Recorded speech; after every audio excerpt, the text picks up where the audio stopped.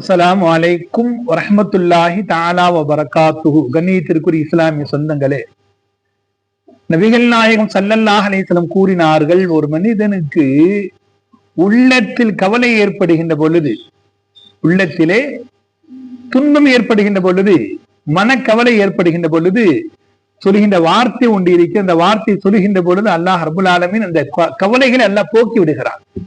தூசிகளை போன்று பறந்து விடுகிறது. என்ன கலிமா? லா இலாஹ இல்லா அன்த சுப்ஹானக இன்னி குன்து மினல் ஸாலிமீன். லா இலாஹ இல்லா அன்த சுப்ஹானக இன்னி குன்து மினல் ஸாலிமீன். இந்த கலிமா எப்போ ஓதப்பட்டது? அல்லாஹ் குர்ஆன் ஷரீஃபிலும் இந்த கலிமா அல்லாஹ் பதிவு செய்கிறான். நபி யூனுஸ் அலைஹிஸ்ஸலாம் அவர்கள் கடற்கரை ஓரமாக செல்கின்ற பொழுது மீன் அவர்களை முழுங்கிக் கொள்கிறது. முழுங்கியதற்கு பிறகு 40 நாட்கள் மீனுடைய வயிற்றுக்குள்ளே இருந்தார்கள்.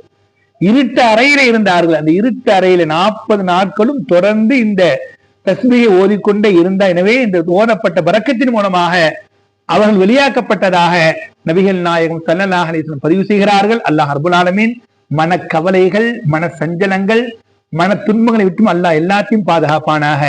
மன நிம்மதியான வாழ்க்கை அல்லாஹ் கொடுப்பானாக. அஸ்ஸலாமு அலைக்கும் வரஹ்மத்துல்லாஹி தஆலா வபரகாத்துஹு.